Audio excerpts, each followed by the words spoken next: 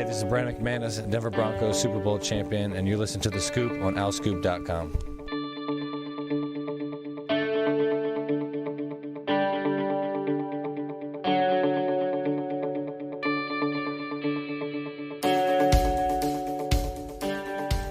Hello, everybody. Welcome back to The Scoop. This is Season 5, Episode 38. I'm John DiCarlo. Once again, joined by Grant Foley, Sam Cohn, Sam Newman.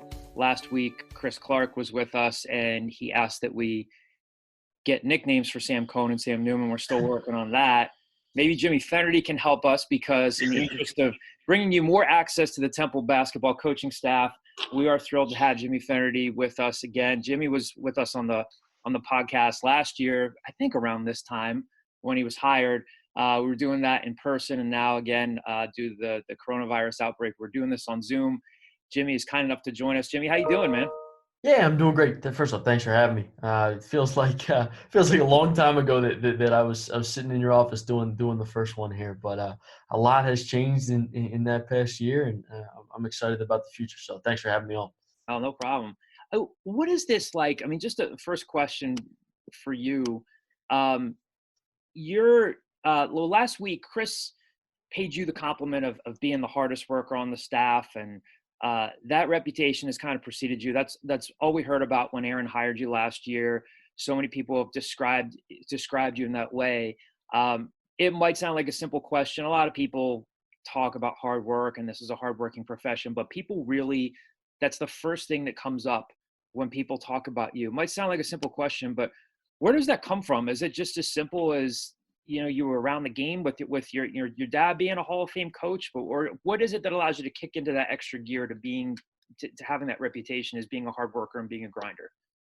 Yeah, well, first off, I think Chris is probably being a little modest there. I think our staff does a tremendous job. I mean, Chris, Mark Huber, Brady Welsh, Monte, Aaron, like all those guys, they work their tail off. And so for us, I appreciate Chris saying that, but I also think he's being a little modest.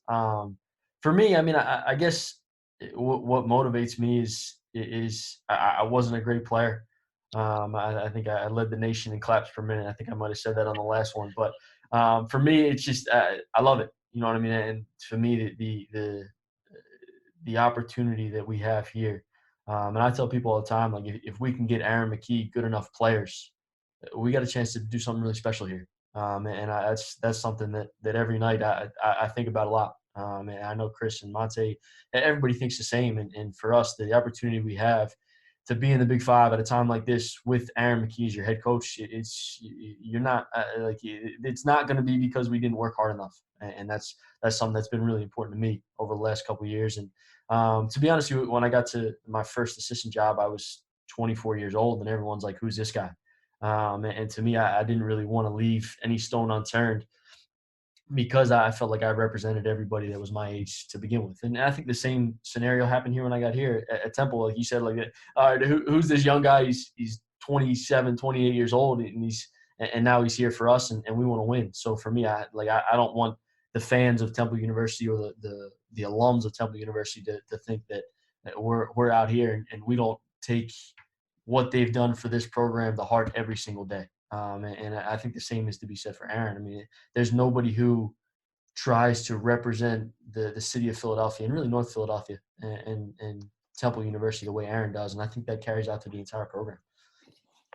Jimmy, we've kind of just talked about this in passing. This is the time of the year when you guys, at least in April, we're typically on the road and you're really working hard, getting out, talking to a lot of people. And this is what I know, being on the road is a grind, but this is what you guys love to do. And it's a time for you guys to connect with other coaches and just be around all the people in your profession.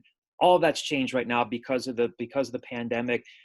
What is it like for you personally when this piece of the job is taken away from you and you're confined to being at home? And I know you're on your phone all the time. You're relentlessly calling people and texting recruits when you're allowed to. Does it kind of just drive you crazy to be confined like this? Short answer is absolutely. I think that it's interesting. It's a strange time, but I also think there's been some really good things to come about it. I think like I was telling you before, I live in Fairmont. We have a little loft down there, and for us, my girlfriend and I live together, and it's it's crazy because the two of us, she's an account executive at SAP there and does a great job, and Mhm. she's always busy. And the two of us are always going. I don't know if I've ever been in this house for more than 3 nights in a row with the last year. And I think she's kind of in that same boat. So now we're both stuck in here and just trying to figure that out. And to me, I'm a guy who likes to pace when I'm on the phone.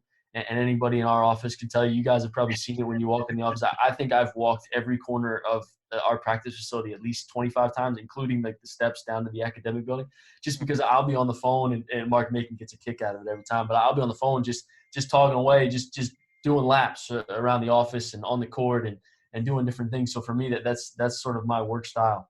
So you obviously have to change that a little bit because you can't really go outside. You can't be doing a ton of that. But it's been good in a lot of ways because you get a chance to spend time with people and be around them more. I know Chris talked about him being able to spend more time with his kids. To me, it's given me a greater appreciation for all the coaching wives and the coaching moms who have to do so much around the house and have to work and have to be so sacrificing for us throughout the course of the year. And now we're kind of experiencing a little bit what they do. And I think that there's no, we talk about Temple toughness, the job that Sharina Clark and Lisa McKee and Michelle Roll, all these people do like every day. Just we have so much of a greater appreciation. And I think my girlfriend, we have appreciation for what they do as well every day. You're, And I think that's important. you're making a sacrifice on your girlfriend's behalf by finding a corner of your apartment to record this now. Yeah. No, I mean, she works really hard, and for us it's nice to be home and to be around a little bit more. And I think that's nice. Now, to be honest with you, I feel myself wanting to be like, all right, like let me get on a plane, and let me go see this guy. And I really wish I could do this, but I also think at the same time it helps to you get a little bit more of a balance where you can kind of sit down and you still accomplish a ton, but you're at home. Hey, So. Jim, real quick before I kick a question over to Sam here. I mentioned your dad earlier. A lot of people my age or maybe even a little bit younger know who your dad is, and was just a coaching legend, a Hall of Famer at Germantown Academy. Just how's he doing? And you've touched on it before. I'm sure a million people ask you about it, but how's he doing? And it's an easy question to ask, but what did you learn from him just growing up around him and growing up around the game with him? Sure. I think, well, first off, he's doing great. He's at home now. He hasn't left the house a whole lot, Mm. as most people. But he's doing well. He's managing. He's got my little nephew that comes by the house and waves every couple of days throughout the window there. But Mhm. for him, I think the one thing that I learned is he had such a great belief in his guys. Like there were guys that I played with that were just okay, and he gave them a ton of confidence to go out there and do what they do best. And I thought that's one thing that I really learned. I also loved his approach to practice was something that I think was a little bit ahead of his time, where he made practice way harder than he did in the games. And then when he got in the games, it was more of a, hey, like let's figure out a way to win. I'm not going to be so hard on you that way. And I think that's an important way to go about it. I think that's why I am as crazy as I am with my approach to practice and the energy that you bring and the intensity that every drill has to have and every rep. And I think I learned a lot about that from him. And Aaron is the same way. And Coach Dolph obviously was the same way as well. So. Jimmy, you just finished assembling your 2020 recruiting class, part of a pretty big roster overhaul. What was it like to go through all those moving pieces as a coaching staff, and how challenging was it to do it under these conditions? It was to be honest, I think it was kind of cool because so we're in Texas and we come back from shoot around and then bang, they cancel the tournament. And we had planned, all right, if we lose, we're about to get on a flight here, we're about to go here, I'm going to drive here from Texas, and if we win, we're going to be pumped and we're going to be ready for the NCAA tournament. But you kind of have to have two contingency plans as that goes, and really everything just got kind of thrown out the window. And we come home and it's all right. Like, what are we going to do? We have guys on the board. We knew that there were going to be some transfers from us. That we knew there were going to be some transfers that opened up. And I think for us it was really cool because we did a really good job of finding out as much information we could on the phone as quick as we could. I think for us that it just shows the depth of our connections throughout the United States and with what we were able to do in such a short time. I mean, I think like we talk about like we went from all right, we have another scholarship opening up, and we wound up talking to everyone from one of the managers at Southeast Missouri State to an AAU coach to a high school coach, and you got to build a picture of a guy within a couple hours because you're calling a guy, and by the way, he's got 35 calls that same day, and you're having the same conversation. So how do you distinguish yourself from the other 35 schools that call? Because everyone's saying, hey, how are you? Love you. Love you to come here. This is what we do. So how do you distinguish yourself? And you got to move pretty fast. And I think that's something that, like, some guys move too fast, where they're just like, oh, yeah, come. And then they worry about all the other stuff after. But for us, the way Aaron is and the way we want to build this program, we want to find Temple guys. So guys who work their tail off, guys who are tough, guys who want to embrace all that Temple is, all that North Philadelphia is. So we got to find that out pretty quickly and find out everything we can. Talk to mom, talk to dad, talk to everyone that's ever come into contact with the kid to try to find out what he's all about, what makes him tick, and whether or not he'll fit in with the guys we have and the vision that we have. And I think as you look at it, I know Chris talked about this as well, you wind up with 6 guys, all who really fit us and all who we think have a chance to be really good. Like you say, all right, hey, we want to find guys who work hard, guys who are great teammates, guys who are tough. But if they're not talented enough, you're not going to win any game. So, like, now you got to find guys who fit you. But also, oh, by the way, like, they're going to help you go on the road and beat Houston and beat Memphis and go down to when we play Kentucky, Virginia, whoever it is that we're going to play. I think that's something that's got to be thought of too here too. So. Can I ask you, when you're on those phone calls, what's the kind of thing that you would say to a kid that would make you stand out? What's kind of your approach or the Temple's coaching staff's approach to trying to stand out when talking to a kid that's getting 35 calls in a day? Sure. I think the history, I think the city, obviously being in Philadelphia, the opportunities you get, one, you're in a massive media market. 2, you're going to bump elbows with everyone. I mean, every NBA team has been in our facility in the last 2 years. We've got a number of scouts that come in. I think that is a big advantage. Then you talk about the fact that this summer I'm walking through the building and you got 5 of our guys playing against Deion Waiters and Lou Williams. Like, those are opportunities that you don't get when you go to the middle of Pennsylvania or the middle of Iowa or a school that's not necessarily in a big city. So that helps you.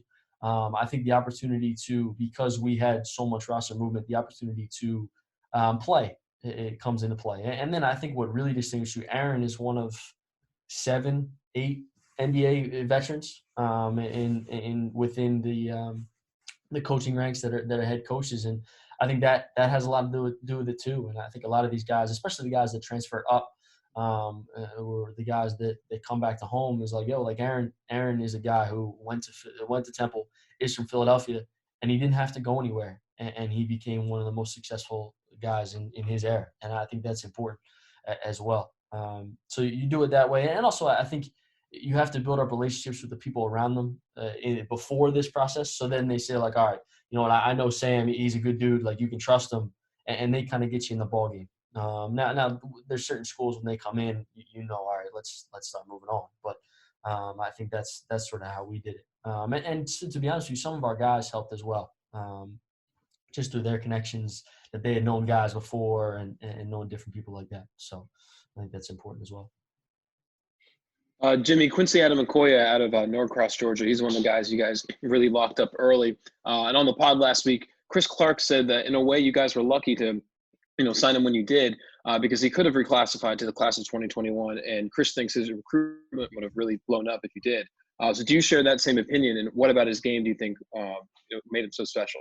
Yeah, without question. I remember I listened to Chris's podcast here, and for him, when he's describing that game against CP3, I was right next to Chris, and I'm saying, yo, like we got to get on this guy now. Like, come on, let's go. And Chris was just as excited as I was, because I think that if he goes 2021, I think he's a top 80, top 90 kid in the country, because he's 6'6". He's got a really good feel. Everybody talks about how he shoots it. I think he passes it just as well. And he's tough enough. He can go in there and rebound for you and do some different things.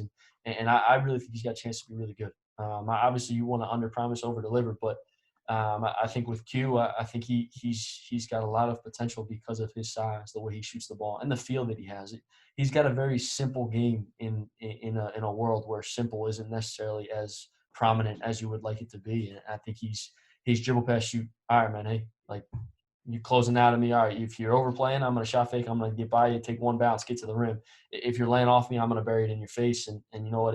If I got a guy on my right, it's going to get there before I catch the ball. And I think that's something that guys are going to like playing with him. And I think you guys are going to like watching him as well. Switching gears a little, Jeremiah Williams talked a lot about his relationship with the coaching staff as really being a primary reason why he picked Temple. Can you talk a little bit about your relationship with Jeremiah and kind of what that's been like the last last month or two? Yeah, it's funny because I was just texting him. I guess he's got one of those Twitter things, and I just came up as his biggest fan on Twitter for the last week. I'm not really sure how I got that title, but I thought it was pretty funny. But no, I mean, I think they're all six guys that we brought in. Really, everybody in our program are great kids, easy to talk to. And I had actually Chris had started recruiting them, and I've done some work out in Chicago over the past year, just kind of going out there saying hi to some people, meeting different coaches and players, and just kind of looked at some guys in 2021 in that area. And everyone I had talked to, they all they said was, yo, he's a winner. He's a winner. He's a winner. He's a winner. He's a winner. And I'd be like, all right, what position? Doesn't matter. He's a winner. Like, and that's all everyone would say. And so it was cool because when you know some of the same people, some of the guys that work him out, some of the guys that have coached them, like, and now you kind of have that instant relationship. And I thought that was pretty cool. And I think Jeremiah, he's a Temple guy. And you're going to hear me say that a lot, and Chris says it a ton, and Aaron says it even more, but he's a Temple guy in every sense of the word. And he's the type of guy we're looking for. And I think when you find that out, you realize how easy it is to connect with him. Yeah. Just one more question on him. He transferred to Simeon his senior year. He really came into a team with a handful of strong pieces in place. He had to fit into a system that was basically already put together, a really strong team. How do you think having to go through that transition of fitting into a solid team will help in terms of making that transition to playing college basketball? Oh, I think it's invaluable. Just anytime you go through any sort of change, you're going to get better for the next time you go through it. And I think with him coming into a situation where, all right, now he's going to have opportunity, and he's going to have to be able to command some of the locker room, command some of the guys on the floor when you're out there and practicing in games. And being able to do that this past year, I think makes the next step even a little bit easier. Because the trial and error, and that's the way I am. The trial and error of it all, it just prepares you for that next step. So you guys had recruited Caleb Battle pretty heavily, and then he, obviously decided to go to Butler. But then once he was in the transfer portal, and you guys kind of had that opportunity to get him again, and were able to land him, what was that like? And how was that recruiting process the second time around like for you guys? Absolutely. So I wasn't here the first time, but obviously when he already had built such a great relationship with Coach McKee, it made it even easier beforehand. So, I mean, because he had that relationship and now he wants to come home and we get the call and see that he's in the portal and now it's all right. Like, let's find a way to get this done because we think he can really help us. And we're really excited about him. But I think his process is quick. I mean, you do some Zoom calls.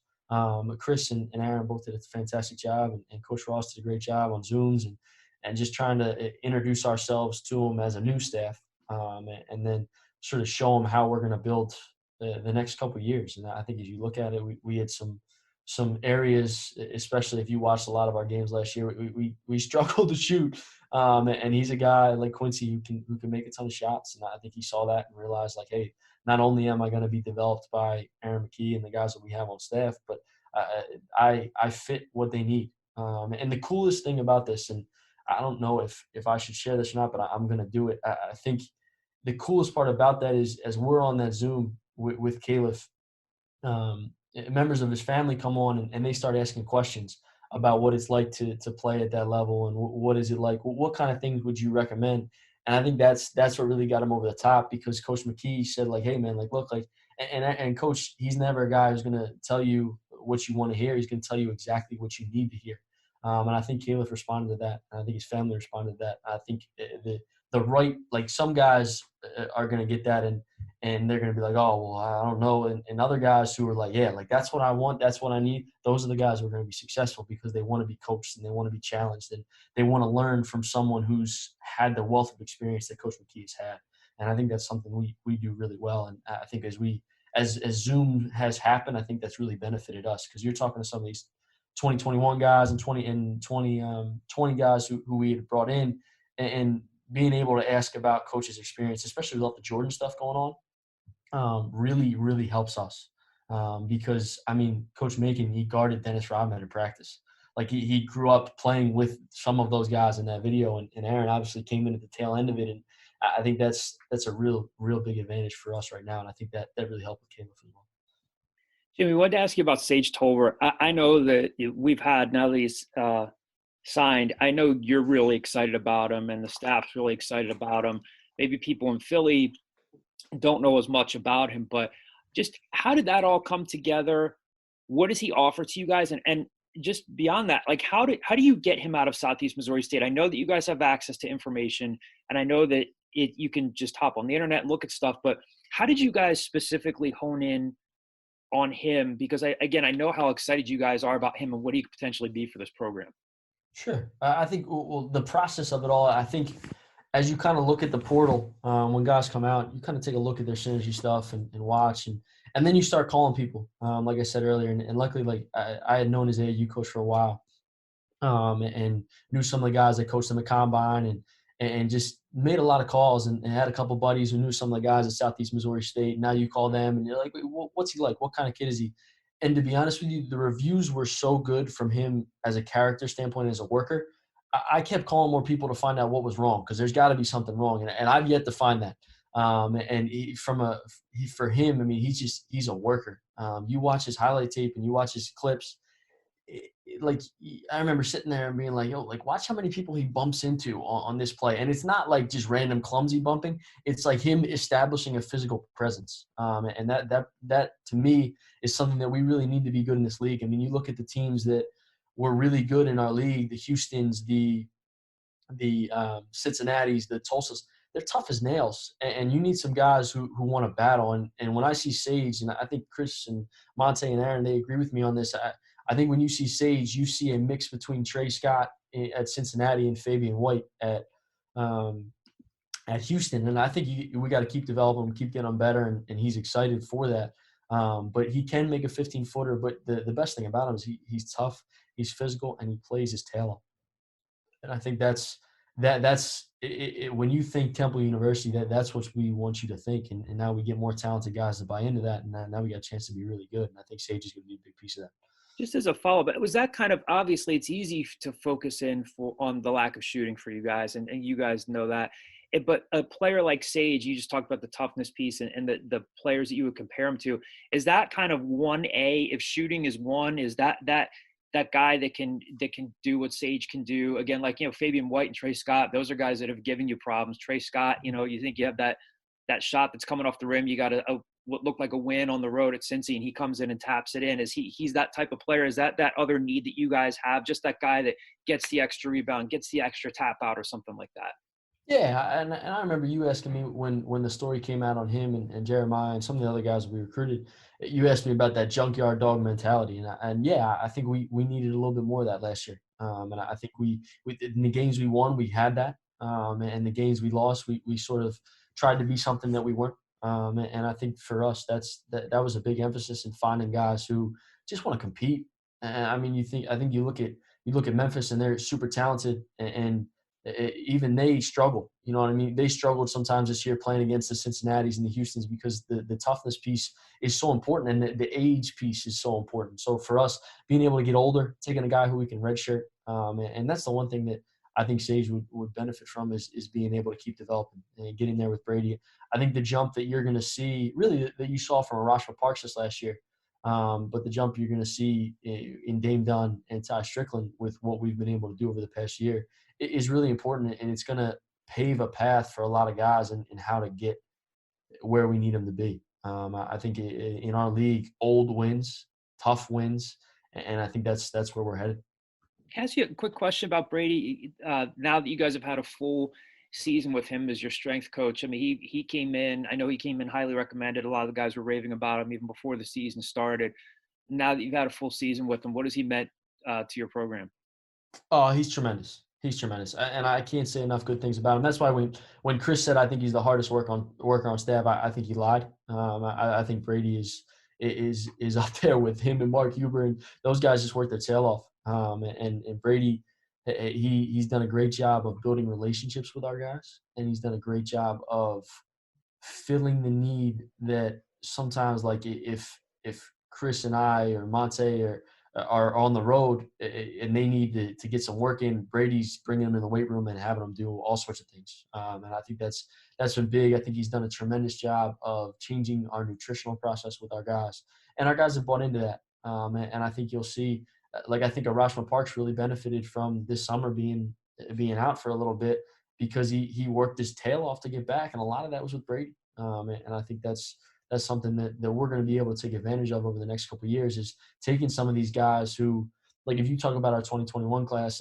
and whoever we bring in, like there's going to be some roles for guys to play, but there may be an opportunity for somebody to redshirt as well. And being able to take a guy who's good, sit him out, have him practice with you. And like Houston did that with Caleb Mills. Take a guy, sit him out, get him bigger, stronger, and faster. And also, by the way, get another year of college basketball under their belt. They're going to have a chance to just grow leaps and bounds. And I think Brady's a big piece of that. Hey, Jimmy. So about Jaleel White, you guys got him locked in as your first commitment for the 2020 class. What did you see from him as he recovered from his injury?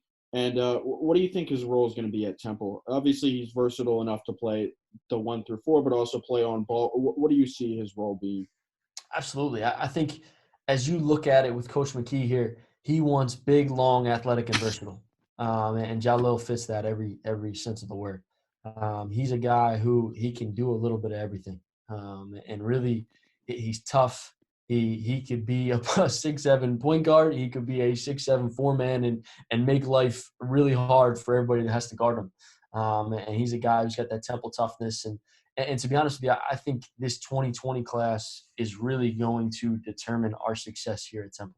And I think he started that for us. And I think he's got great leadership qualities to him as well, that are really gonna help us get to where we need to go. And I think that's something I'm pretty pumped up about. And he's a guy who he saw right away what Temple could do for him and what he could do for Temple, and he jumped on it. And I think guys who do that are really going to help you grow and keep making sure this program is where we want it to be, if not higher. Jimmy, Nick Jourdain described himself as an unfinished product. What would you say are some of the things, A, he needs to improve on, but B, what are some of the things that he can do, like raw talent-wise, that just excites you? Yeah, to be honest with you, what excites me is the fact that you just said that. Because I think the guys that come into college who think, all right, I'm a work in progress, are the guys who get better and better. And by the time they're seniors, you're like, where did that guy come from? So I think his mindset's already in a great place. And for him, Nick has tremendous athleticism. With that, to be honest with you, I think one of the best things that he does, he can really pass. And he sees things out there, and it's hard to teach. So the fact that he has that, I'm excited to work with him. Being able to put the ball on the floor, get by guys. And I think for him and Sage this year and having those two guys, I think you're going to have him play a lot of one-on-one and work on getting by guys, work on shooting from the outside. And for him, I'm excited that he's willing to work like that. And I'm pretty pumped up about him as well. He said in high school he basically played within 6 feet of the basket and didn't do much else. And then, in his prep year, he really expanded his game, tried to expand the floor. What do you see from him in terms of like what else he can do beyond just finishing around the rim and getting rebounds? Yeah, I think he's got that side to him, but I also think for him he's gonna develop that 15-footer, be able to kind of step out, eventually get out the three, and keep working on that. But I also think he's got a lot of, like I said, like his passing ability is terrific. And I think when you put him on the perimeter and you got a big out on him, he can make plays for other guys in that aspect too. But he's a guy, like I said, he fits us. He's pumped. He's ready to be here. And for him, I think he's going to be one of those guys who benefits from playing our guys every day and just keeps getting better and better. Like we saw that throughout the course of his prep year, just how much better he gets every day. But we also didn't have a ton of like from that 4 position, we didn't have a ton of like high flying threats. And I think for him, he gives you an opportunity to kind of throw a lob. Hey man, go get it. And I think being able to use him in that facet helps us a ton too. So Jake Forrester was a guy that got to play most of the season after getting the waiver, and at times filled a really important role at the center position and had some good games. What did you kind of see out of him, and where does he need to improve to have a bigger impact on the team next season? Yeah, Jake is a guy who he really cares. He really cares, and he wants to win, and he wants to help us win. I think the 3 things that I've told Jake to do a ton, and I know the coaches have echoed this. If Jake rebounds like we know he can, if he runs the floor as hard as he can, and he's just active, he's like everything else is going to take care of itself. And Jake's a guy who spent a ton of time this past year working on his offensive game and being able to score on that block. And I think he's had big games. He's also had games where he needed to do other things to open up that for him. And I think he's a guy who last year opened his eyes a little bit because I think, like I know Chris said this too, but it was sort of like his freshman year. And now he had to learn what it's like when you're dependent on every single night to be a force out there and to maintain that block. I thought he did a tremendous job in the Wichita State games of making sure Echenike didn't get a touch. And I think he did a really good job in the Cincinnati games as well of making sure that Vogt didn't get a touch. And I think Jake can be a force defensively down there with making it hard for guys to catch the ball. But now for him, it's all right, Jake, can you do that? You got to do that every night and be consistent with your approach and be consistent with your mentality night in and night out. And for him, that's going to be a big step. But for him, I know I'm a little bit all over the place with my answer, but Jake's just got so much potential. And for us, if we can get him to be consistent, that's going to be big. And he's excited about that, and he knows that.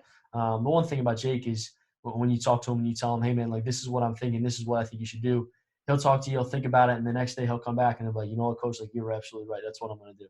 And then he'll come in and he'll add that to his game. And I think that part about him is going to be what makes him really good and makes him like I think there's no reason why Jake can't be a top 4 or 5 big in our league over the next 2 years. And that's our challenge to him. And I know he's taken that. He sends us his running every day and where he runs and how much he runs. And it doesn't tell me how fast he's running, but it does tell me that he is running. I think he's excited about it. He texted me the other day. He said, Coach, man, can I please come back? So he's excited to get back on campus. So we're lucky to have him. Similar question about JP Mormon. He had his nights like ECU and Cincinnati where he really, he had his on nights and then he had a handful of off nights. He kind of hit a bit of a slump. How does a guy like him bounce back coming into his senior year as a leader on this team? Yeah, I think as you talk about it, I think this year is a tremendous opportunity for him. You have pretty much 8 new guys on the roster this year. He's the older guy, and I think sometimes what happens is as guys leave, the guys who were good leaders but sort of unsure of themselves because there were other guys ahead of them, they now get to step up. And I think we're going to need leadership from him and Dre Perry and those guys to really step up. But also I think they just need to be themselves and be solid. And for them, it's going to be about if they can make a shot consistently, if they can shot fake and at least just get in there to make a play for somebody else. And also that they have to keep rebounding. I think the games where we played really well were the games where JP just sacrificed his body and just battled and threw his body around and wound up getting rebounds and loose balls and doing things like that. He's going to have a really big impact for us that way too.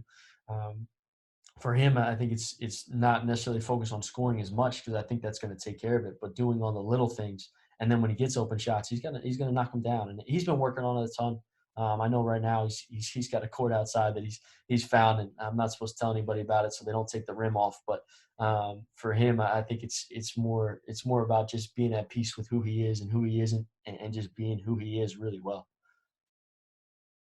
What can we expect from Damian Dunn? What did you see from him in practice? And as he worked his way back from his foot injury that cost him his entire freshman season. Yeah, I think so. Dame, when he's for us, like if you think about it, Dame Dunn started, I think, 3 out of the 4 games in the Bahamas. And that should tell you exactly what we think about him. He's steady. He's solid. There's nothing fancy about him, but there's a lot that gets done. And he sort of plays at his own pace. He's terrific in isolation and terrific in space. And I think for us, we're going to be able to isolate him and let him go to work. And for him, it's not necessarily, all right, go to work and he's going to get a shot. I think it's more, hey, go to work, and now if you don't have a shot, you're going to be able to find other guys, and he's going to make other guys better for that. Now, I think it's going to be an adjustment for him, sort of being one of the guys that the other team zeroes in on defensively. But I think what you can expect from him, he can really score. He can really score. Monte Ross has coined the phrase scoreability. And Dame Dunn would be the exact epiphany of that. And I think for him, it's going to be about, he's a guy who, when we play zones, you can stick him in the middle of the zone, and something good's going to happen.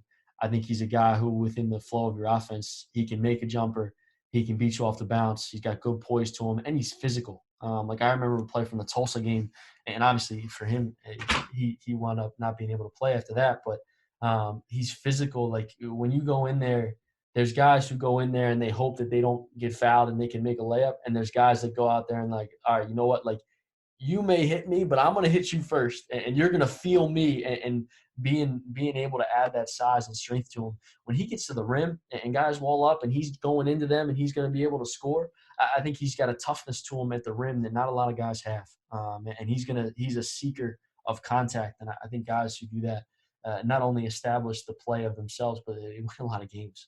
I think that's going to be important for him. So, Jimmy, Nate Pierre-Louis, obviously a huge part, working under the assumption he is returning. Obviously a huge part of your team defensively. He had his nights where he struggled offensively, either finishing around the rim or kind of getting the looks that he wanted to score the ball. But in your eyes, what is taking a step forward for him? What does that look like going into his senior year? Yeah, I think Nate, he's got such great tenacity and such great enthusiasm for the game. And I think he's got to keep bringing that every night. And for him, I think it's going to be about challenging himself to keep doing all the little things while also adding more to his game, and working on his finishing package and being able a little bit more consistent from the outside.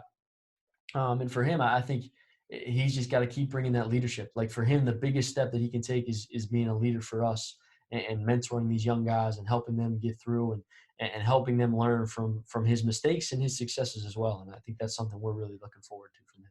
Obviously, his jump shot is something he's really working to improve. Is that something that he's working on himself, or is that something you guys do a lot of mechanics with him? Like, how does that kind of play into his improvement? A little bit of both. I think you try to mentor him a little bit, but I also think the guy has to really want it and has to get the reps. Like, look, I've seen plenty of guys who were 38% three-point shooters who shot every time they shot it. It wasn't going. It didn't look like it was going in. And I've also seen guys whose mechanics are phenomenal and can't make a shot. So I think it's more about him just keep getting reps, keep building confidence, and taking the right ones. I think that's part of it too. I mean, when you take shots in rhythm, when you take one mores, you take open standstill jumpers, those are high percentage shots. Whereas if you're trying to take off the bounce threes or threes with a guy somewhat on you, like that's going to kill your percentage. So taking the right threes. And I thought Quentin Rose towards the end of the year, he got better at that because he took the right ones. And I think Nate's going to do the same thing. Sticking with another returning senior, Dre Perry started to hit his stride as a shooter, which is something you guys would obviously really need. And then he got hurt and never really seemed to kind of recover from that. So what do you think is possible for him going into next season if he's fully healthy? Yeah, I think for Dre, it's going to be about keeping himself healthy, keeping himself in great shape. If he can continue making shots like he did last year, that's huge for us, and I know he's going to be able to do that. For him, the next step is going to be, like JP and Nate, adding some leadership to us, mentoring some of those younger guys, being patient with those younger guys. And for him, he's going to have to work on finishing as well. Like I think him, JP and Dre, they got to be able to shot fake, especially with as good a shooter as he is. And you saw this with Lonnie last year. Guys are going to try and run him off the line. So if they're running at you, you got to be able to shot fake, take a bounce, and either create a shot for somebody else or get to the rim. And sort of like I said with Dame Dunn, what Sam was talking about is kind of giving your shoulder and being able to finish through. And I think that's something Dre's been working on, and he's going to add to his game. But really, I think for those three seniors, it's going to be a lot of leadership and a lot of patience, because I think when you get a bunch of young guys in there, there's a transition phase, and you look at it, and I think young teams get better as they go on, and being able to weather some of those days where, all right, we make some young mistakes, but we still win the game, or we make some young mistakes and we lose the game, and being able to have patience with those guys to keep bringing them along, because at the end of the day, you want to be playing your best basketball in January, February, March anyway. So for those guys, that's going to be important. Hey, Jimmy, what can we expect from Arashma as he bounces back? Obviously, he showed glimpses of his potential in the playing time that he had, but also he's recovering from his second shoulder injury in as many seasons. What do you envision his role, and what do you think he can be coming off another injury? Yeah, Jake's going to be mad at me for saying this, but I think Arashma has the most potential out of any of the bigs on our roster. And I mean that with a tremendous amount of respect for the other guys, but I just think Arashma he's got good vision in the post. He's got a decent poise to him in the post, probably the best poise to him in the post on our roster. He's got a physicality to him that I think he needs to increase from not just bumping into people, but having a purpose when you do it. And I think he can be one of the guys who really steps up for us this year. If you ask me if there's a guy I'm really hoping to step up this year, I would say Arashma, because I think his energy, his effort, and his ability to move laterally defensively is tremendous. And he's a guy who I think if he can keep developing that post move, can be a little bit more skilled with the ball on the perimeter. Not necessarily he's not driving by anybody, but more just being comfortable out there and having the ball in your hands and being able to reverse the ball and get us into offense. I think that would be huge for him. But he's a guy who, like I said, like it wouldn't shock me if midway through this year, everyone's like, wow, like Arashma's having a great year. And it's because he's really worked at it. He's worked on his body. Right now he's working out with his brother and doing some different things to keep himself in great shape. And for him, if he can keep that mindset, like I was upset at the end of the year when he got hurt, because he was really starting to take that next step. And if he can continue where he was going, then I think he's got a chance to be a really good player. And you forget, I mean, yes, he's been with Temple for 2 years, but he's only a sophomore. And he's got a wide variety of ways to grow. And he's really taking advantage of that. Jimmy, you mentioned before, it really is like 8 new guys on this roster. The six incoming guys, the high school guys, the transfers, and then you include Ty and Damian Dunn in that group. They were with you guys and practicing. I know you guys as coaches have to say, hey, with every challenge, there's an opportunity with the pandemic, but any way you slice it, you really are going to be mixing 8 new guys into a roster and you're doing it under these circumstances where right now we're heading into May, we're in May, and they can't be on campus, and we don't know when you guys will be back together as a team. How challenging is that when you're mixing in that many new faces and they're losing out? They can work out individually, obviously, but they're losing out on that team time in person right now. What are the challenges that come with that many new pieces? Yeah, I think the beauty of what we're in right now, though, is because of where society is, our guys do a ton on social media and a ton in texting and Zooms, that sort of thing, to sort of build that camaraderie. Some of the challenges are going to be offensively and defensively in what we do, getting those guys to buy in early. So I think the opportunity of it is in challenging us as coaches to make things as simple as they can be, so that we can bring those guys in right away and they can hit the ground running. I think that's going to be important. I think the challenge then in of itself, and this is every year, is knowing who's going to be your guy, knowing who's going to be your leaders. Because every summer there's guys who usually emerge throughout the course of summer workouts and stuff as a leader. And this year we're not sure if we're going to have that. So getting guys to step up and kind of lead with what they're doing at home is going to be important as well. There's a lot of challenges, but I also think, and I may be in the minority of this, but for me, I think because these guys, and this is every program, they're forced, I shouldn't say forced, but they're required to be on campus all the time and be working out all the time and see us every time, all the time. And I think for them being able to go home and sort of take a step back and realize like what life is going to be like without basketball, it is going to inspire a lot more of these guys to really buy in. and to really work. And to realize like how great it is to be at Temple and to be on campus and to be a basketball player. And I think that may be one of the unintended side effects of all this, is that these guys get their fire back, because I think the college basketball grind can burn you out. And I think our guys are guilty of that sometimes. And I think last year I mean, we were really going from April to the day they told us we had to go home. And I think that's a long time for those guys without a rest. And I think that they'll be able to benefit from that. So that's a sort of an answer to your question, but I think that there's some light for the future in that. Jimmy, before we get to a couple of mailbag questions here, I wanted to ask you about now the one guy we haven't touched on. Now he becomes a huge piece to what you guys do, is Ty Strickland. And, at the beginning of, like at this time last year, everybody was justifiably excited about Josh Pierre-Louis. He's a top 150 recruit. Fan base is excited. He's playing with Nate.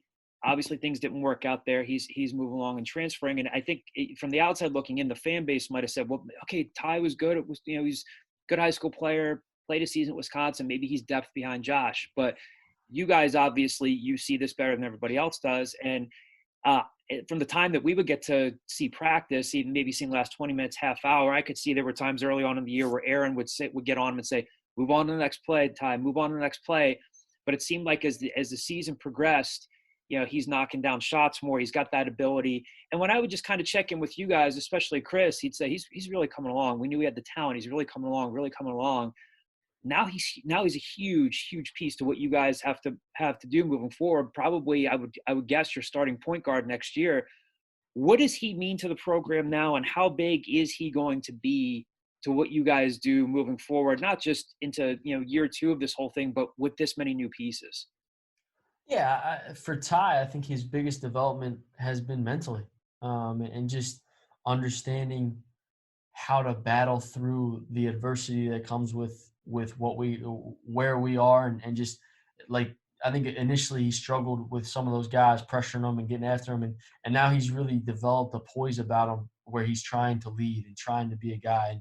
And he went from just a guy who was just trying to fit in and be a part of the team to a guy who, in one of our last film sessions before we went to Texas, even though he wasn't coming with us, he's saying, hey, like, let's think about it this way. Like, this is what I see. And he made a terrific point. And I think for him, that maturity, that development, that just comfortability with the environment that he's in is going to help him. And he's a guy who, once he became comfortable, he started to do a lot of really good things. And I think for him, it's going to be, all right, Ty, when the pressure counts and everything's on you, like, you got to keep that same maturity and same poise. And I know that he's ready for it. And I know that he's going to keep developing and keep getting better at that. And I think Chris Clark did a tremendous job of mentoring him. I don't think Chris will get enough credit for that, but Chris really sat down with him and helped him see how things were going and what he needed to improve on basketball-wise, but also how he could improve as a leader, as a point guard, and as somebody that we're going to ask to have the ball in his hands a decent amount throughout the course of the game. And that's been great for him, and I've been excited for him, and I've told him that a ton. I think at the end of the year, he and I talked, and I was like, man, like, I could care less about basketball. The most impressive thing has been how you've approached being a leader over the last couple months. And on a young team with a team with a lot of new pieces, him being able to do that is really going to help us. He's a guy who can make shots. He's got a really quick first step, and he's sort of like slithery and crafty, where he's able to maneuver tight spaces pretty good. And I think he can get in there and make other guys better too. I'm excited about him. I was proud of him the last year, and I'm excited for what he's going to bring. And that's not to say there's not going to be ups and downs with any of our guys, but I'm excited for him. I asked Chris this question too, and I'll ask this to you. Do you think a kid like Ty has always had a little bit more to prove? Because obviously his father was a terrific NBA point guard, and you talked, I mean, I'm not telling you anything you don't know. You talk to Ty, he's ridiculously smart, can talk to you about just about anything. Yeah. School is super important to him. He seems like a great kid. But I imagine that he's always had a little bit more to prove as Rod's kid. And he's seen life differently. He's been around John Wall. He's been around all these NBA superstars. And I wonder sometimes if other guys look at him and say, well, okay, you might have had it easier growing up. You've been around this big time atmosphere. Do you think someone like him kind of has a little bit of that extra chip on his shoulder to say, hey, I got to prove to people that, I did earn this. I didn't just do this because I was Rod Strickland's kid. Like, I can really play and I can be tough. Do you think that's been another piece of his development along the way? Yeah, I think there's so much pressure on these guys And I think so. Right. So we all grow up watching Temple basketball. I think everybody on this podcast did, and at some point it goes from watching these guys to being the same age as these guys. And you kind of forget what it's like to be a 17, 18, 19-year-old kid in college with the pressures that that brings, and then the pressure that playing college basketball brings. Oh, and then by the way, your dad is an NBA great. And I think the pressure that that brings is tough as well. And I think he's gonna wind up being tougher for having had to go through all that and played with that on his shoulders his entire life. I think that's something that I mean, hey, I've felt it too as a coach. And for him, I think it's going to be realizing that, and this is all of our guys realizing that, and myself as well, realizing that we're all a work in progress and we're all not where we need to be, but where we're at is enough. And being able to keep, as long as he keeps having that growth mindset that he's had, I think he's going to be able to fight all that off and have a great career here and be a big piece for what we're building.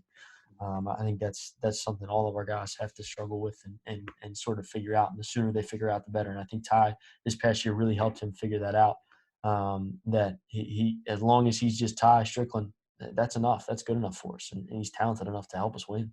When did you see, just a final thing on him, when did you probably have a million different things in your mind right now, but when did you start to see him, again, as he's doing it in practice, can't do it on the court, and he can't travel with you guys to road games, when did you maybe start to see him develop that toughness or develop that extra gear or whatever, where you'd say, okay, he could really figure into being a prominent role player for us next year?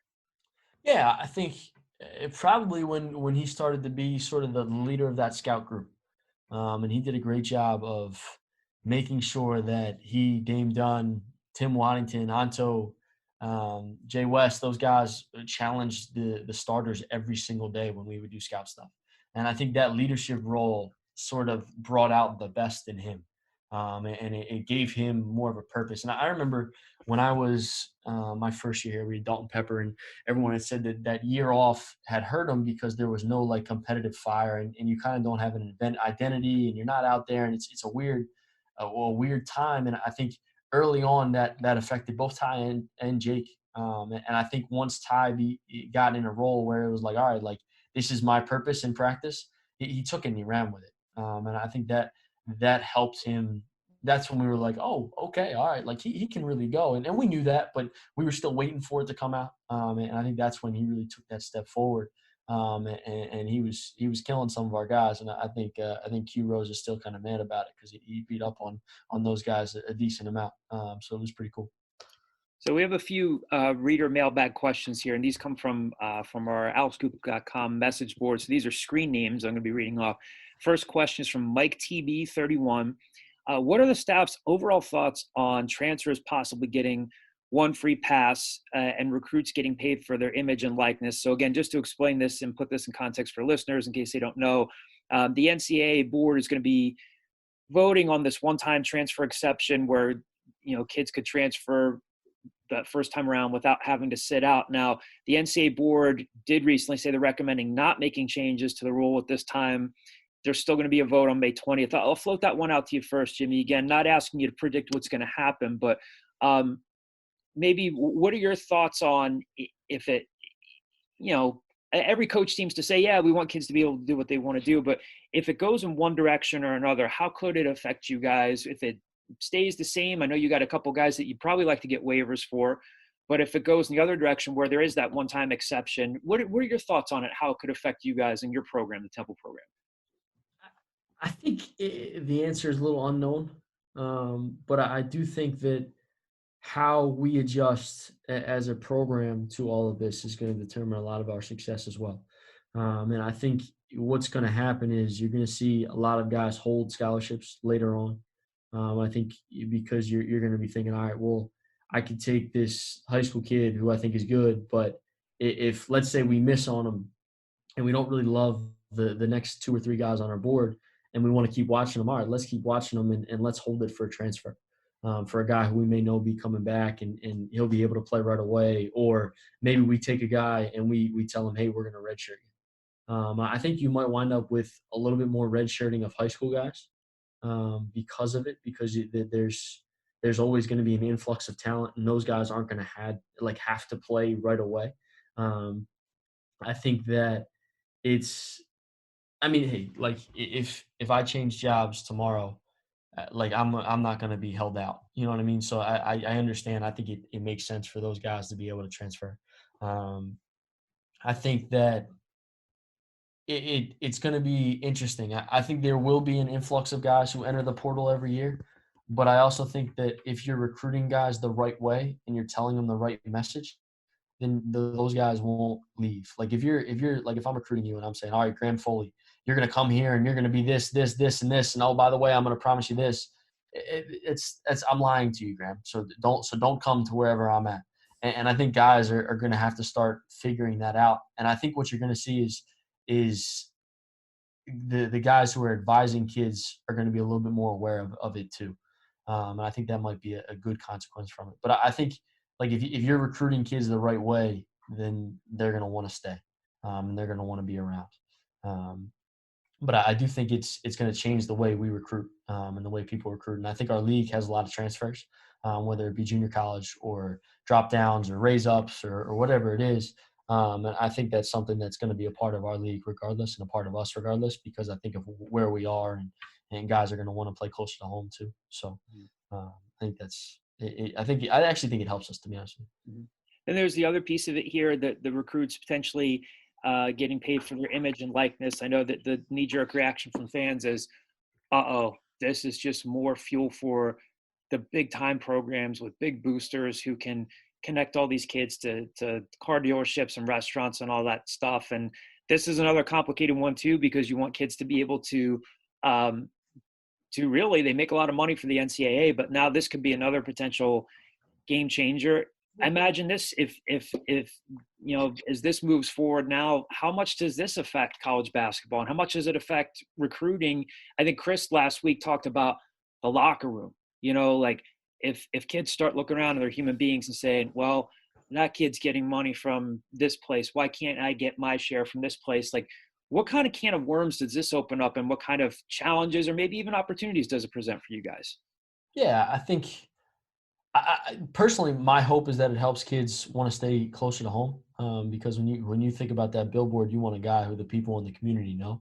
I do think that. I think it's easy, and this is the same thing with the transfer rule. I think it's easy for change to bring about that, the world is ending mentality. But I think there's going to be good consequences. I think there's going to be bad consequences of it. And I think it all depends, and we can all sort of try and play it out 100 different ways in our brains, and we'll always be wrong. But I think that it's probably going to help kids a little bit. I think it's going to change the way people recruit, because you're going to have to entertain things like, all right, how are you going to get sponsorships for this guy and this guy? And I think you got to kind of go about it and try and figure it out. But again, I think if you're recruiting the right kind of guys, and you're recruiting guys who actually want to be at Temple, that stuff shouldn't matter a whole lot. But I do think that being in Philly and having the alumni base that we have, I think it can help us in the long run. I think we just got to kind of figure that out as more information comes out about the rule. But we'll kind of go from there. It's interesting to hear, because again, like, I think for you guys, it really is interesting because, Temple's in the American Athletic Conference, but you guys sometimes get described as you're a G5 program, but you have high major resources, and you have high major aspirations. You've said it, Aaron said it, Chris has said it, Monty said it. We want to go after highly recruited players. We want to make deep runs in the tournament. So could these things, could they be seen as opportunities where you say, we can't really be afraid of this. This could maybe take us being positioned in Philly with the tradition we have, with all these resources around us. This could potentially get people to look at Temple the way they did in the late 80s, early 90s, during the John Chaney era. Yeah, I think so. Not that they didn't look at that. I want to clear this up. That's not no shot at Dumpf, because Dumpf had a tremendous career too, and you guys went to the tournament a bunch of times. But to get to that second, third weekend of the NCAA tournament type of buzz. Yeah, I think so, and I think winning helps that as well. I think the more you win, the more people want to be a part of it, and that's going to help you chase some of those guys who are top 50 recruits and that sort of thing. But yeah, I think there's a lot to explore with it. And that's sort of a non-answer because I think it's sort of like what we're going through right now. You just don't know. Right. You're not sure how you're going to be able to take advantage of the rules. They may come back and say, all right, guys are limited to this amount, or you can only have we're not sure. Right. But I do think there's a lot of avenues. I think you can be creative with it too, depending upon how you read the rules and how you want to go about it. So. Next question here, another mailbag question comes from Road Owl. Collectively, as a first-year staff, what did you learn from the late season struggle that you can use moving forward? Yeah, I think first off, I think it helped us in our 2020 recruiting with what we needed.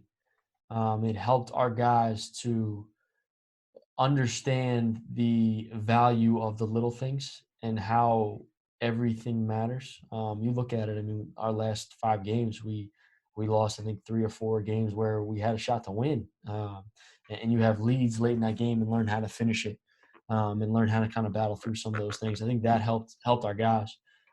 As a staff, I think you'll tweak things here or there, and I think we're going to tweak some things offensively, some things defensively over the next couple of weeks, and really get that in. But for us, I think the one thing we learned is if we can keep defending the way we do and we can add in a couple more pieces who can score, I think we have a chance to be pretty good. Because like last night, we had a Zoom meeting for about 2.5 hours, and we're watching our SMU game, our first SMU game down there.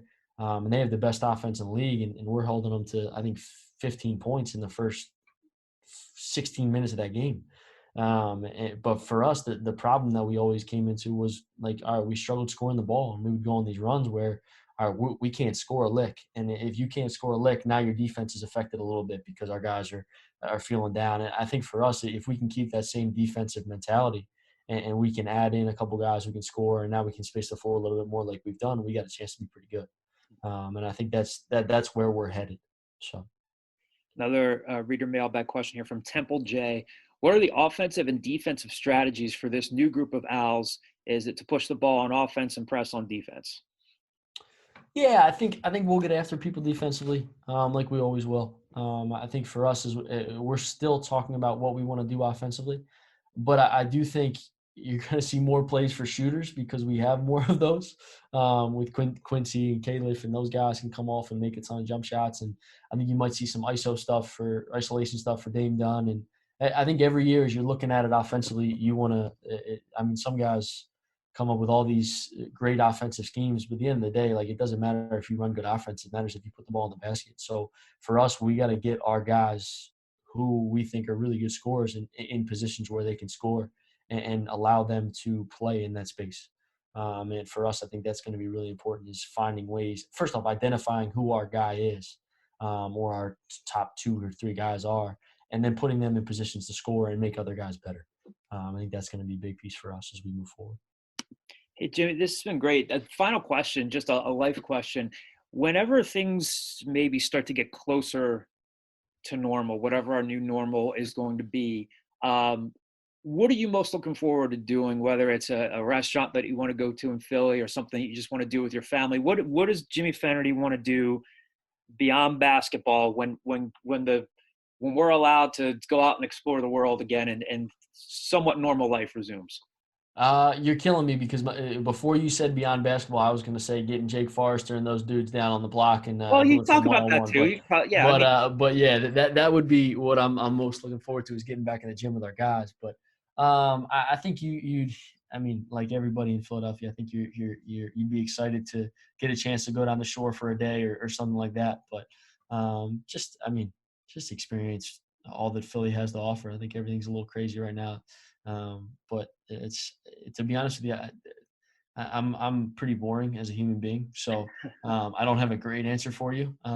But more for me, it's more just on kind of getting back to work and getting these guys in the gym and being able to go see some people. I think that'd be great. So, do you have a go-to takeout spot in Fairmount right now? yeah. I mean, we've kind of hit everywhere. Santucci's is great up the street. That's pretty good. We got that the other night. I'm a big like Primo's hoagie guy. Like I don't know why, but I think that's always been my go-to. Which it's obviously not in Fairmount, but it's not too far. But Urban Saloon was our spot for a little bit there, but obviously they're close. So, and obviously Tila's is fantastic. So hopefully if they get name, image, and likeness, they could do that for assistant coaches too, because I could really recommend Tila's. So, but it's we're lucky. There's a lot to do. So. Well, Jimmy, thanks, man. This has been awesome. Really appreciate you taking the time with us this week, and Chris last week. Looking forward to seeing you guys in person, and hopefully getting the season and practice resumed. And stay safe, stay happy and healthy, and really appreciate your time. This is a lot of fun. No, absolutely. Thank you, guys. I appreciate it. And like I said, I'm excited to start year 2 here. I'm excited to take some of the things we've learned and apply them the next year. And like I said, I'm just pumped up to be back, and I think we're heading in the direction to give you guys the product that you guys deserve. And I'm pretty pumped up about what we're building. So I saw some great stuff there from Jimmy Fenerty. Again, big thank you to him for joining us, and hopefully we can get more basketball talk, more football talk, any coaches that we can get on the show, any access that we can get you guys to sports, even as they're not being played right now.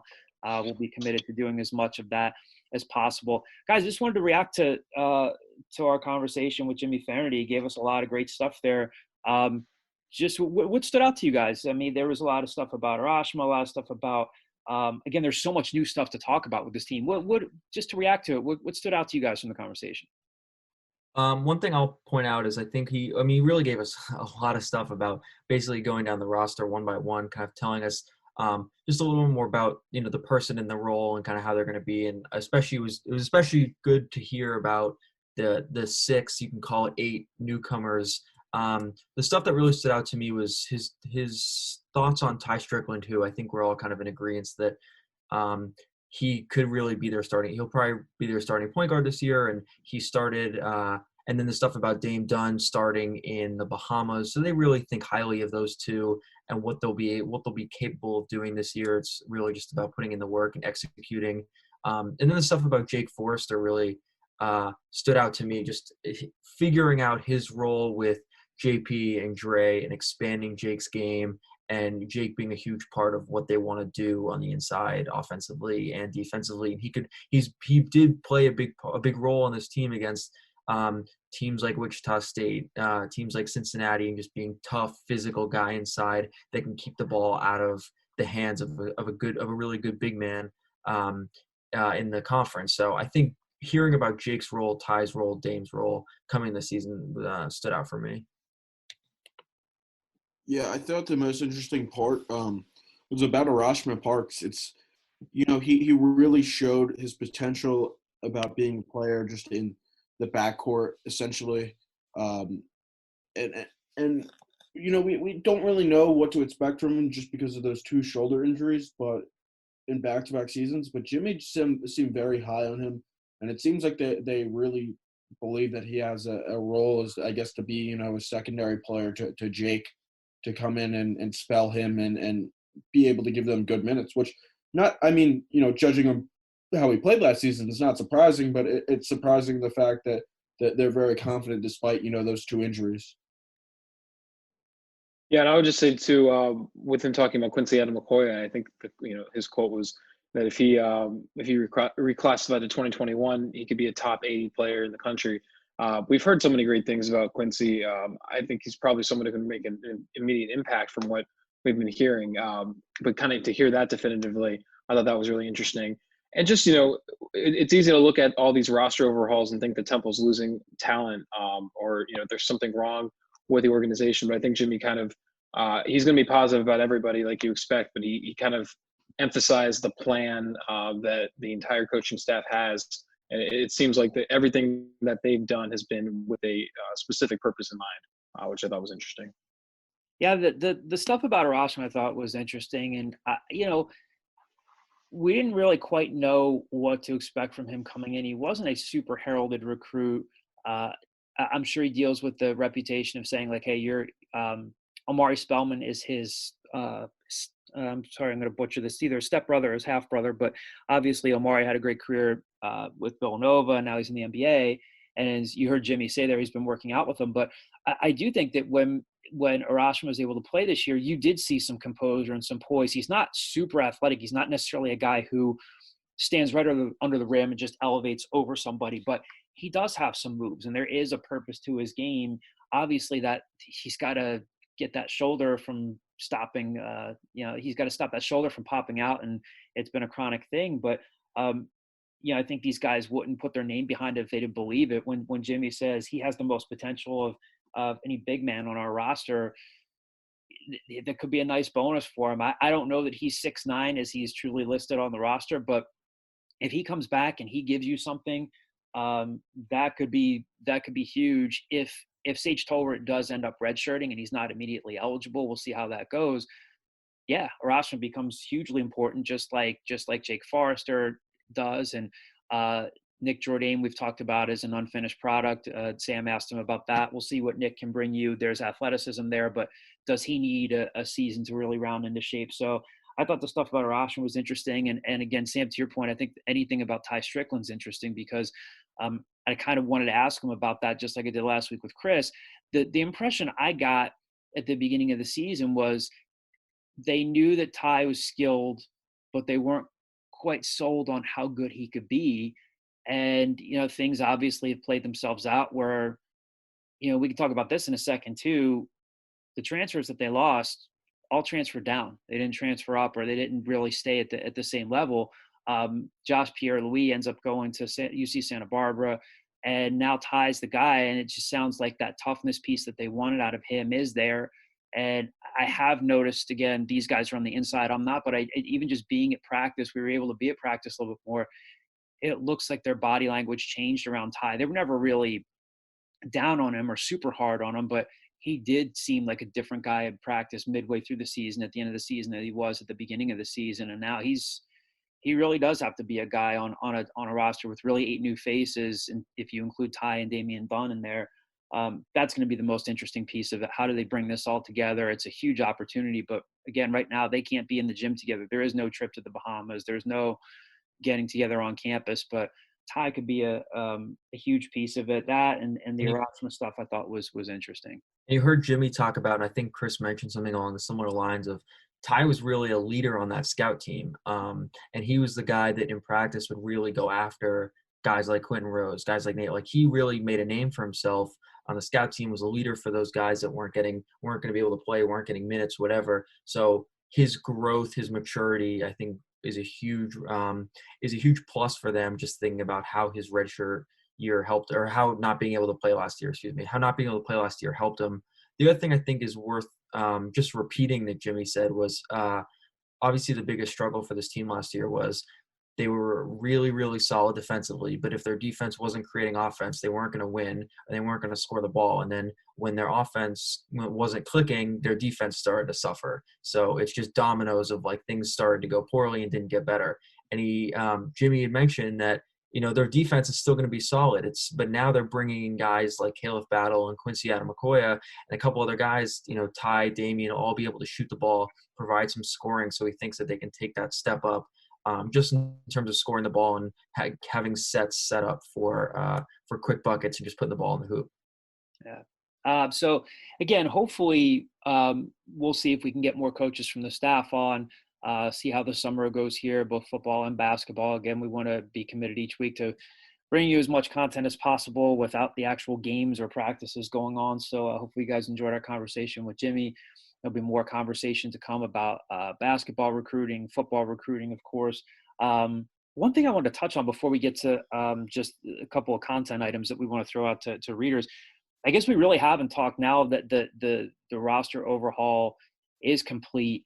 I don't think we were of the impression that any of the guys that basketball was losing as transfers were going to transfer way up, but now it's finalized. Monty Scott ends up at Portland State. Josh Pierre-Louis at UC Santa Barbara, Justin Hamilton at Kent State.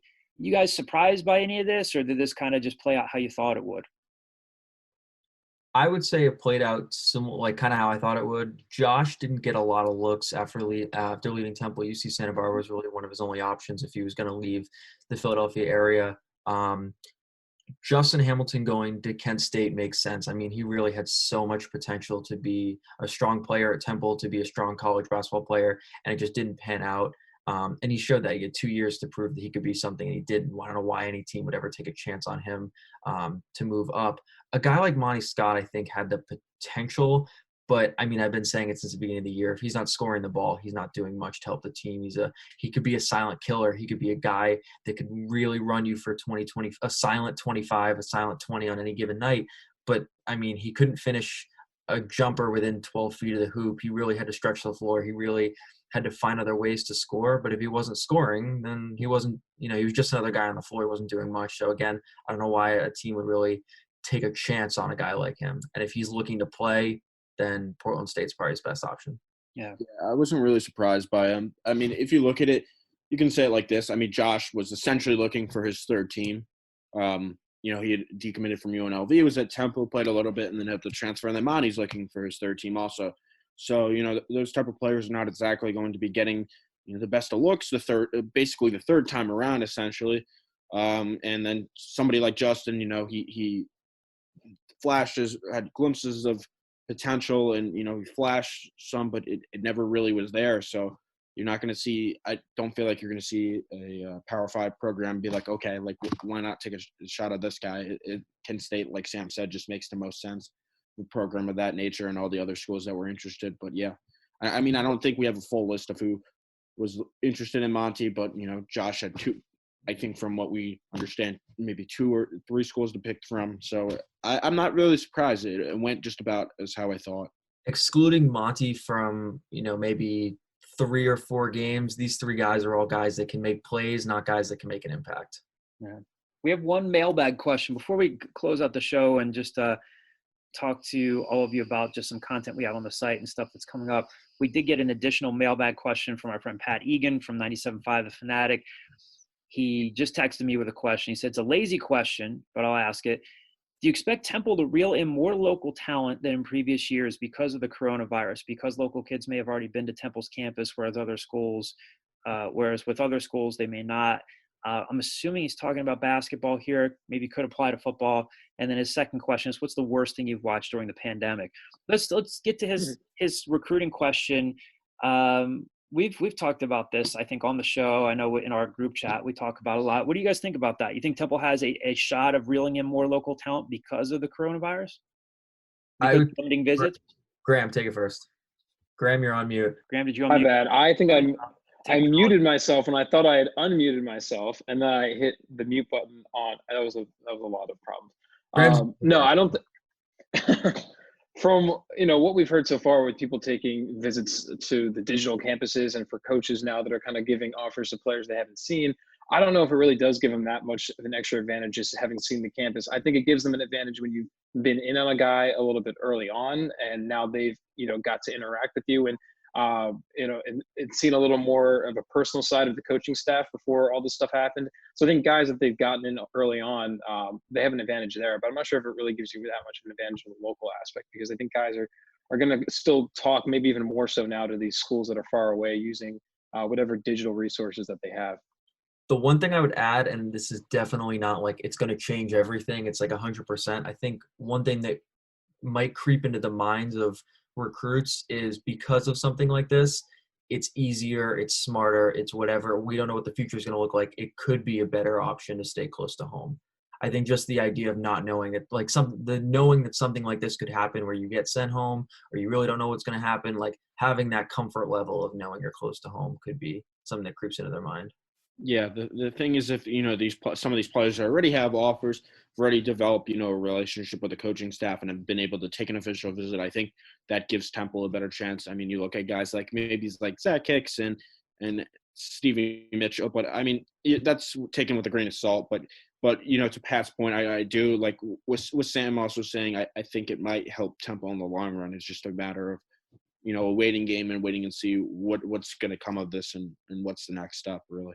Yeah, we've talked about this before. I mean, if Ari mentioned this a couple weeks ago, like ideally, if your 3-person recruiting class for 2021 is Stevie Mitchell, Zach Hicks, and Sam Iamide, that Temple I think they would sign up for that class right now. And it doesn't take a genius to figure that out. I think if you're looking at Pat's question, if the pandemic had never hit, maybe Stevie blows up a little bit more, maybe Sam blows up a little bit more, maybe Zach Hicks blows up a little bit more. So I agree with you guys, regardless of the circumstances. I think Temple has to say, hey, we've been here the whole time. They've been on all these guys early, especially Stevie, Zach Hicks, and Sam Iamide. Now, regardless of the pandemic, even since Sam Cohn's story has come out on Sam Iamide, again, you can check that out on the site from 4 days ago. That story's been up on the site. Now, since that story's been up, Sam Iamide has received an LSU offer. He just got Seton Hall.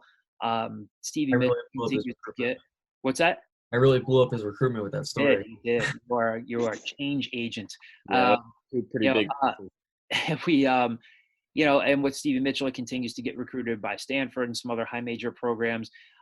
I think the pandemic could help them a little bit if it slowed down the AAU process. But at the end of the day, I think I agree with you guys. It's going to have to be from a situation of like, we've been with you the whole time.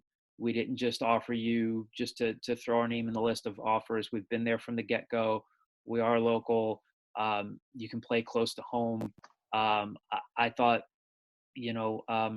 that could be the biggest piece of it. We'll have to see there. And then the second part of Pat's question, what is the worst thing you've watched during the pandemic? So I can take this one first. After watching the Jordan documentaries, parts 5 and 6 on Monday, I was catching up. I was really feeling the sports documentary craze. And so I saw this documentary about the Spectrum that was on NBC Sports Philadelphia that was being replayed. And I thought that'd be really cool because there's obviously so many cool events that happen at the Spectrum. I only went there once as a child, as like a baby, don't remember any of it. So I thought it'd be cool. And it was just so bad. It was just a bad documentary. And to go from a really good documentary to a badly produced documentary where half of the interviews were too quiet to hear and the music sounded bad and every shot was weird. Like, they had really cool people that were interviewed. Bill Lyon had an entire column that kind of closed out the entire thing. Like, the subjects were cool, but the editing was horrible. So anyway, building a memory of the Spectrum does not get a 10 out of 10 for me. Graham coming in hot. Wow.